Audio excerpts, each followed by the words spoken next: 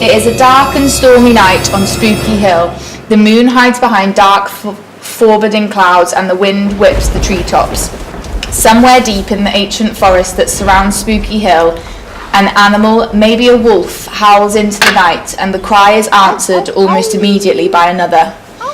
The clouds momentarily part and the moonlight reveals two small figures emerging from the ancient forest and hurrying up the long winding path towards the imposing building that sits on the crest of Spooky Hill.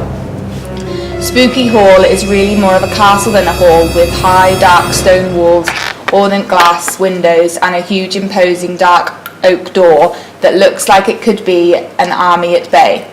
Despite numerous windows, the hall appears to be in total darkness, with not one welcoming light signalling that anyone is home. As the two children approach the entrance to Spooky Hall, they pause, looking apprehensively at the huge wooden door and the dark, uninviting building behind it. They start to talk in hushed, hurried tones, gesturing to the hall and the forest below, before eventually appearing to come to the agreement. They start forward once more. There it is again, Jack. I tell you, I think it's a wolf. We have to stop here and see if anyone is in. We really don't have any choice. I know, Mary, but look at the place. Looks like the castle from every spooky TV show I've ever seen. Look, it has a moat, a drawbridge, and even gargoyles. I tell you, this place gives me the creeps, and I think we should continue on the path. Maybe there'll be another house or a village or something. Don't be silly, Jack. It's just an old building. We can see for miles on this hill. There is nowhere else to go. It looks like it's going to rain any second now. And don't forget the walls. I bet there isn't anyone in anyway. Look, there's no lights on. Who would sit in darkness on a night like this? We still need to try. Without our tent, we'll get soaked, and who knows what other wild animals might be lurking in the forest. Or monsters. What did you say? Oh, nothing, Mary. You aren't letting your imagination get the better of you again, are you? Just remember the trouble you caused when you were certain the pirates were digging for treasure at the end of the street. Dad had to spend ages on the phone apologising to the telephone company. Well, I admit I was wrong about things that time, but don't you think it's a little fishy? Us ending up here with the phone breaking, the signpost pointing in the wrong direction, and then that giant black dog running away with our tent pole. You're being silly. It's just a series of unfortunate coincidences, and we are lucky the path led us to this place at all. I suppose you might be right, but I'd rather we look for somewhere else, all the same. Well, you can do what you like, but I'm going to knock on this door and see if there is anyone who can help us. Are you coming? Hold on, Mary, I'm coming!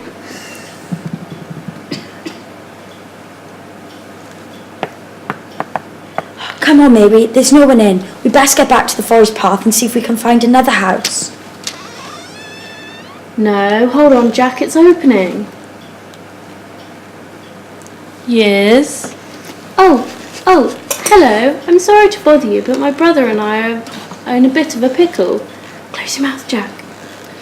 Yes? We were supposed to be camping in the forest, but the signposts all pointed in different directions. I dropped my phone in a puddle and a big dog ran away with our tent pole. We were just wondering whether we could use your phone to call our mum. Well, we don't have a telephone at Spooky Hall, but I suppose that it would be okay for you to come in for a few minutes. I think it's about to rain. Thank you, sir. Yes, thank you. Quite. Well, welcome to Spooky Hall. My name is Higgins. It's getting late. Time for me to go wake up the master and mistress anyway. Please wait here and I'll inform them of your arrival. Jack and Mary find themselves in a long, high-ceilinged hallway with a huge sweeping staircase that splits in two and leads off to the left and the right. Ancient-looking paintings and tapestries line the wall, and two large suits of armour guard the base of the stairwell. The hallway is well lit by rows of candles running the length of the room and giant candelabra hanging over the stairs. The windows are all covered in thick black curtains that stop all the light from escaping the room and no doubt stop any daylight just as effectively. The children watched as the huge figure of Higgins slowly ascended the staircase and disappears through a wooden door to the left. Still so sure this is a good idea? You're being silly, Jack. I'm sure there is nothing to be alarmed about. Alarmed? Didn't you hear him? He's going to wake the master and the mistress. It is only 8 o'clock in the evening. Maybe they like to go to bed early. Or maybe they like to live in a spooky castle, sleep all day and make sure that the curtains keep out of sunlight. You know what I'm talking about. You're being silly, Jack. There's no such thing as a Welcome, my friends. Welcome to Spooky Hall. I am Count Von Leaf. Higgins, tell me that you managed to get lost in the forest and something about a big black dog. Well, no matter, you are here now.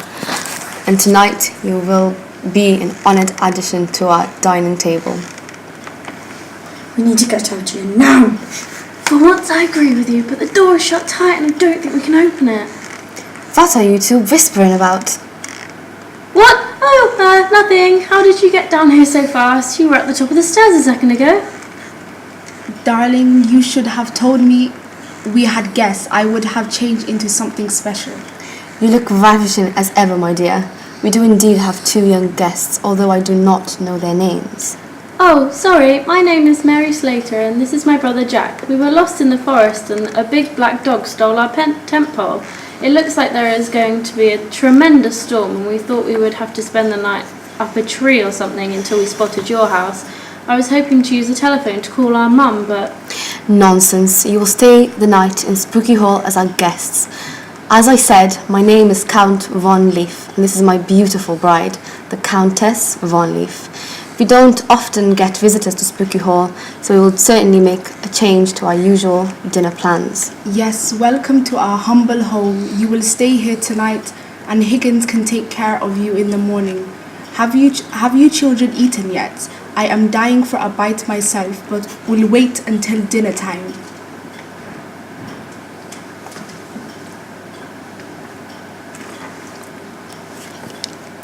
Higgins? Yes, my lady? Oh, good. Please show our guests to their rooms and prepare 2 extra places at the table. Very good, my lady. Oh, and Higgins, where is my little Fluffy tonight? I believe that he was out in the forest earlier, but returned a while ago, and I believe he is in the dining room now. Good. Then it is all settled. Higgins, you will see you to your room, and we will join you to eat in a short while. With that, Count and Countess Von Leaf abruptly turned and ascended the staircase. Higgins shuffles over to collect the stunned children and indicates that they should follow him through an ornate doorway at the end of the hall. Mary and Jack stand still for a second, but realising they had little choice, turned to follow the giant butler.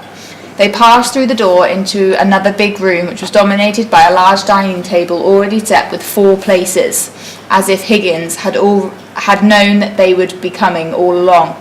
Below the table, the children's eyes are drawn to a huge black dog that was happily chewing on a smooth wooden tent pole. The children turned to each other. This was going to be a very interesting night.